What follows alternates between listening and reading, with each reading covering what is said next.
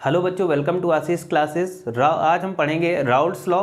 इसका first part हम लोग पढ़ चुके हैं। अब हम लोग सेकंड पार्ट को डिस्कस करेंगे। तो सेकंड पार्ट क्या है? Raoult's law for the solution containing a liquid and non volatile solute. ठीक है, तो देखो बच्चों, पहले हमने वोलेटाइल सॉल्यूशन के बारे में पढ़ा, अब नॉन वोलेटाइल के बारे में पढ़ेंगे। तो वोलेटाइल सॉल्यूशन का मतलब होता है कि जहां पर वेपराइजेशन हो, यानी वेपर्स फॉर्म हो।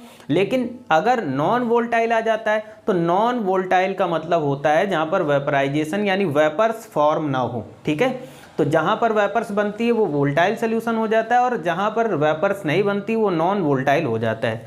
आइए इसको समझते हैं। इसमें लिखा हुआ है in such a case the vapour pressure of solution will be equal to the vapor pressure of solvent। देखो इसमें क्या होगा कि जो वेपर प्रेशर, किसी सॉल्यूशन का वेपर प्रेशर होगा वो सॉल्वेंट के वेपर प्रेशर, यहाँ पर लिखा है ना, equal to the vapour pressure of solvent, यानी वेपर जो सॉल्वेंट का वेपर प्रेशर होगा उसके बराबर होगा।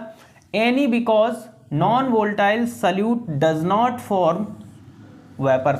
लेकिन यहां पर क्या होता है कि जो नॉन वोलेटाइल सॉल्यूट होता है, ठीक है, सॉल्वेंट नहीं, यहां पर जो सॉल्यूट होता है नॉन वोलेटाइल वो क्या करता है, वो वेपर्स फॉर्म नहीं करता है। ठीक है, इसमें सॉल्वेंट तो वेपर फॉर्म करेगा लेकिन जो सॉल्यूट होगा वो क्या होगा, वेपर फॉर्म नहीं करेगा। आगे देख लेते हैं। If XA and XB is the mole fraction of solvent and solute.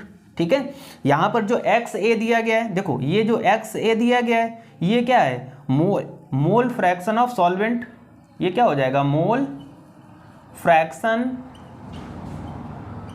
Of solvent. ठीक है, और XB क्या है, ये हो जाएगा मोल फ्रैक्शन ऑफ सॉल्यूट। ठीक है बच्चों, तो ये दोनों क्या है, मोल फ्रैक्शन दिए गए हैं। तो यहां पर क्या होता है, जो सॉल्यूट होता है उस सॉल्यूट का वेपर्स फॉर्म नहीं होता है। ठीक है, तो यहां पर क्या होगा, सॉल्यूट। देन अब देखो यहां पर इससे पहले हम लोग वोलेटाइल सॉल्यूशन के लिए निकाला था, तो PS इक्वल टू क्या होता है, P naught A into XA plus P naught B into XB। But यहां पर कंडीशन क्या है, बट नॉन वोलेटाइल सॉल्यूट, जो नॉन वोलेटाइल सॉल्यूट है वो क्या होता है, form vapours.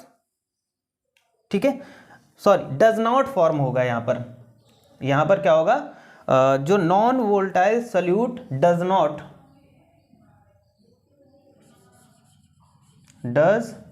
Not form vapour. ठीक है, तो यहां पर क्या हो जाएगा, P naught B equal to क्या हो जाएगा, हमारा 0 हो जाएगा। ठीक है, आगे देख लो, जब P नॉट हमारा 0 हो जाएगा तो PS इक्वल टू क्या बचेगा, PA into P naught A into XA बचेगा। क्यों, क्योंकि यहाँ पर ये वाला जो ये पार्ट हो रहा है ये क्या हो रहा है, 0 हो रहा है, तो इसलिए ये फार्मूला बचेगा। अब आगे डिस्कस कर लेते हैं कि P naught A minus PS upon P naught A equal to XB। तो यहां पर XB क्या होता है, मोल फ्रैक्शन ऑफ सॉल्यूट दिया गया है, और P naught A minus PS upon P naught A ये क्या है, relative lowering of vapour pressure. ठीक है, अब इसके आगे हम लोग, हेलो बच्चों, आगे हम देखेंगे determination of molecular mass from relative lowering in vapour pressure. ठीक है, तो यहां पर देखेंगे अकॉर्डिंग टू राउल्ट्स लॉ। तो अकॉर्डिंग टू राउल्ट्स लॉ हमारा फार्मूला क्या था, P naught A minus PS upon P naught A into XB।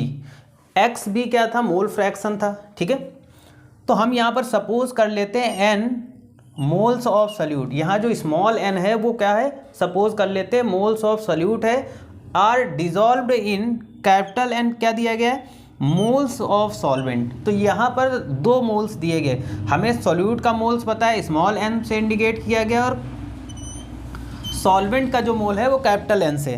तो टोटल मोल्स हम यहाँ से निकाल सकते हैं। टोटल मोल कैसे निकालेंगे, small n plus capital N दोनों को जोड़ देंगे तो हमारा टोटल मोल निकल आ जाएगा। अब mole fraction of X B, हम एक्स बी का मोल फ्रैक्शन निकाल लेते हैं, तो ये क्या हो जाएगा n upon n plus capital N। तो यहाँ आपको पता है स्मॉल n यानी moles of salute upon moles of salute plus moles of solvent हो जाएगा। तो ये यहाँ पर मोल फ्रैक्शन निकल के आ गया। ठीक, अब इस मोल फ्रैक्शन की वैल्यू हम इस वाली इक्वेशन में पुटअप करेंगे, आगे देख लेते हैं। तो यहाँ पर ये फार्मूला लिखा, अब एक्स बी की जगह हम क्या करेंगे, जो मोल फ्रैक्शन हमारा निकला था वो वैल्यू यहाँ पर पुटअप कर देंगे। तो देखो यहाँ पर क्या हो जाएगा, P naught minus P S upon P naught A equal to क्या हो जाएगा, वैल्यू पुटअप करेंगे तो n upon n plus capital N। ठीक है, फॉर डाइल्यूट सोल्यूशन, अगर हम डाइल्यूट की सोल्यूशन की बात करते हैं तो कैपिटल N ग्रेटर देन, मतलब मोर ग्रेटर देन n। ठीक है, तो कैपिटल N क्या होगा, ज्यादा होगा स्मॉल n से, तो लेस देन 5%। सो नेग्लेक्टिंग n डिनोमिनेटर, तो हम क्या कर देंगे कि जो डिनोमिनेटर का स्मॉल n है उसको हम नेग्लेक्ट कर देंगे। तो यहां से फिर फार्मूला हमारा क्या बन जाएगा, इसको हम नेग्लेक्ट कर देते हैं।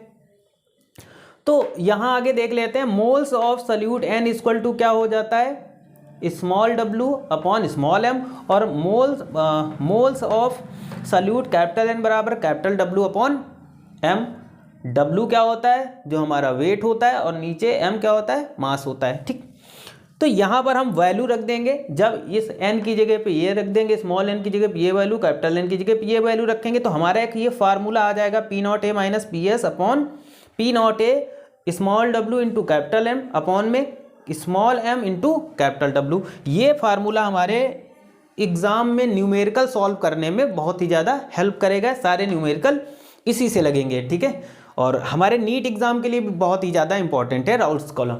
आगे देख लेते हैं पी नॉट ए है क्या, तो पी नॉट ए हमारा होगा vapour pressure of pure solvent, और पी एस क्या होता है, वेपर प्रेशर ऑफ सॉल्यूशन हो जाता है, vapour pressure of solution. Small w की बात करते हैं तो मास ऑफ सॉल्यूट हो जाता है, और स्मॉल m की बात करते हैं तो मोलर मास ऑफ सॉल्वेंट हो जाता है। कैपिटल W की वही बात करते हैं तो मास ऑफ सॉल्वेंट हो जाता है, और स्मॉल कैपिटल M की बात करते हैं तो मोलर मास ऑफ सॉल्वेंट हो जाता है। ठीक है, तो हमने यहाँ तक क्या किया, आज राउल्ट्स लॉ के जितने भी टर्म थे उन सभी चीज़ों को डिस्कस कर लिया। और ये राउल्ट्स लॉ आपके नीट एग्जाम हो, चाहे आपके बोर्ड एग्जाम हो, चाहे ICSE बोर्ड हो या फिर CBSE बोर्ड हो या UP बोर्ड या अदर कोई भी एग्जाम हो, है ना, उन सभी के लिए ये हमारे राउल्ट्स लॉ बहुत ही ज़्यादा इंपॉर्टेंट है।